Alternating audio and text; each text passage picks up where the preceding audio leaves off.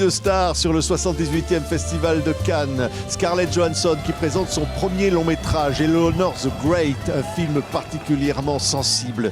Et puis Jodie Foster, couronnée d'une palme d'or d'honneur il y a quelques années. Elle a enflammé le tapis rouge avec Rebecca Zlotowski, vie privée aux côtés de Daniel Auteuil ou Virginie Efira. Après 2 palmes d'or, ils espèrent apporter à la Belgique une 3e palme d'or. Les frères Dardenne sont là avec Jeune mère et c'est un film exceptionnel. J'ai décidé que j'allais placer Lily en famille d'accueil. Qu'est-ce que cette connasse de psy t'a encore fourré dans le crâne? Dans ta maison maternelle de merde.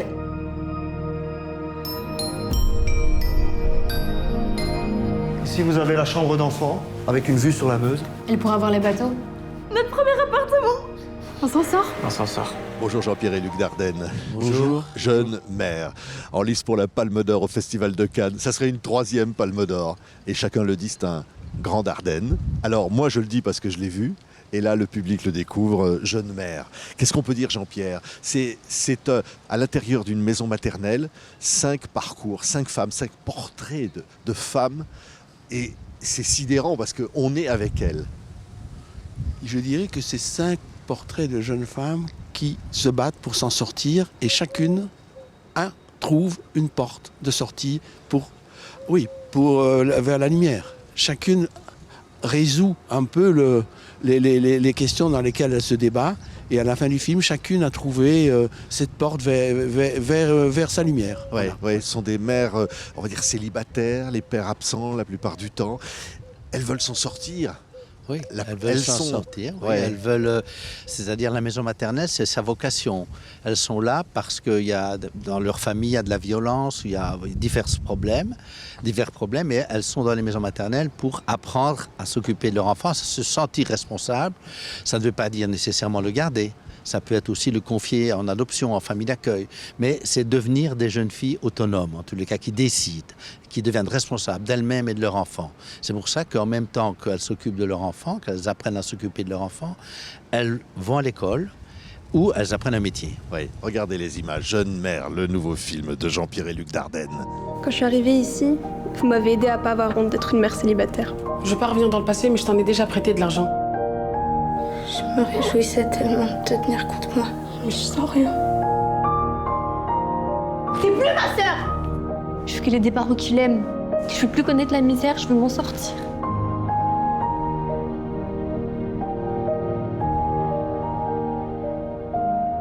Jessica, Perla, Julie, Ariane, Naïma.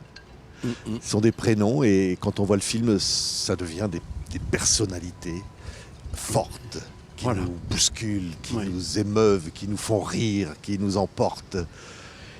Oui, parce que c'est bien, je suis content de ce que vous dites, parce que c'est ce que nous, on essaie dans notre travail d'écriture, dans le travail de la mise en scène, c'est que ces prénoms, ces personnages, si on veut, quand ils sont incarnés par les 5 jeunes comédiennes, que le spectateur, la spectatrice fasse face à des personnes et pas des personnages. Et je pense que nous, c'est ce qui nous obsède tout le temps, c'est comment faire pour que ces filles que nous filmons, ce ne soient pas des personnages, mais des personnes. Ouais. Et c'est du cinéma. Et quand je dis ça, c'est parce que ce film tourbillonne de ces destins, de ces vies comme ça, qui nous embarquent, où l'on passe de l'une à l'autre comme ça, Ouais. et votre caméra qui virevolte. Ben, c'est ça qui a été un peu pour nous tout à fait nouveau, c'est de construire cette histoire comme un film choral, avec 5 histoires qui s'entrecroisent. Et que il fallait aussi à certains moments, et bon là on n'avait jamais fait ça, ce type de construction, avoir des moments où l'émotion est très forte et puis où on repart avec un autre personnage, mais chargé de l'émotion de l'autre jeune mère qui a précédé. Et voilà, et comment avancer dans tout ça. Et il nous semblait qu'on pouvait saisir aussi des émotions assez fondamentales, parce que c'est les premières émotions. La responsabilité vis-à-vis d'un autre humain, d'un autre être humain, l'amour qu'on a pour lui, ou en même temps les difficultés qu'on a aussi à s'en occuper, c'est des choses premières qui nous concernent tous, qui nous ont concernés tous. Et en même temps, il y a aussi l'aspect social de cette affaire, parce que toutes ces familles sont pauvres. Oui.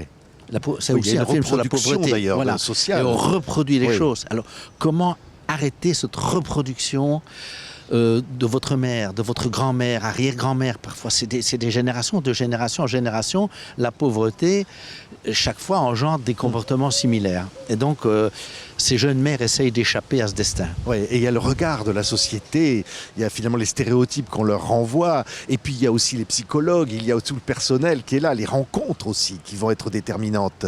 Oui, c'est-à-dire qu'elles sont entourées dans cette maison que par des femmes, mais des femmes bienveillantes. C'est ce que nous, on essaie aussi de raconter dans le film, parce que on tourne dans l'endroit où nous avons été une première fois pour nous documenter qu'est-ce que c'est une maison maternelle, et on a été pris par cet endroit d'une certaine manière, par les gens qui y vivaient, qui y travaillaient, et au bout du compte, c'est devenu le film que vous avez vu, et on a dit, nous, on va essayer de tourner dans cet endroit. Donc on a tourné là, et c'est vrai qu'il y a ce qu'on a essayé de, pas pour copier la réalité, l'objectif n'était pas là, mais ce qui nous avait happé, l'attention, la bienveillance qui était dans cette maison, malgré les difficultés, il ne faut pas se les cacher non plus, on a essayé de la reconstruire dans notre film. Et ce qui c'est solaire aussi, ça dégage une force de vie, parce que ces femmes ont une force de vie, et ça, c'est le spectateur en est imprégné à l'image. Les comédiennes sont extraordinaires. Chacune. Ouais. 5 jeunes filles, certaines avaient déjà fait des choses, hein. Mais 5 jeunes filles, effectivement, avec qui on a répété très longtemps avant de tourner. Et pour nous, ça a été chaque fois, mais pour les 5, une grande surprise. Vraiment, une spontanéité d'enjeu, des propositions. Et on a réécrit beaucoup de scènes en travaillant, en répétant. Et encore au tournage aussi. Magnifique. Je dois dire, c'est un tournage, on était parti pour tourner 50 jours. On se disait, 38 jours. Pour nous, c'est court. Et avec les bébés qui ont apporté leur aide, c'est magnifique. Parce qu'au départ, on savait que les bébés, on ne voulait pas que ce soit de simples accessoires. On prend, on met hors champ, parce qu'il va pleurer, parce que ceci, parce que cela. On dit non, les bébés, ils sont là, et vous jouez avec eux. Et on a répété au début avec des poupées. Mais après, dernière semaine de répétition, avec des vrais bébés. Ça a tout changé. Ouais. Parce que là, il y a un côté documentaire dans le fait que vous filmez quelqu'un qui a un bébé qui ne sait pas qu'il est filmé, qui n'a pas conscience de là où il est, dans la fiction en tous les cas. Il est là où il est, mais il n'a pas conscience de jouer dans une fiction. Et donc, elle devait s'en occuper, être responsable de lui, bien le prendre, bien le poser, bien le mettre sur l'épaule, etc., qu'elle avait appris avec des mères. Et en même temps, elle devait jouer aussi ce qu'on avait répété. Et ça a été magnifique. Et je dois dire, on a fait... Normalement, nous, on est toujours autour de 10, 20 prises. Et là, on était plutôt autour de 5, 8 prises. Oui. Tellement, je sais pas, il s'est passé quelque chose qui nous réjouissait chaque fois. C'est magnifique. Je vous imagine tous les deux entrant un jour dans une maison maternelle. Je crois que c'est près de Liège. Hein, oui, et de voir cette réalité et de vous dire... on va faire un film, on va raconter ces histoires, on va raconter ces destins, des vies comme ça, des passages, et tout ça va s'entremêler tout en restant distinct, chaque histoire.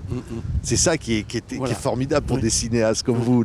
Surtout que quand nous sommes entrés dans cette maison maternelle la première fois, c'était pour nous informer pour un personnage d'un autre scénario que nous avons immédiatement arrêté.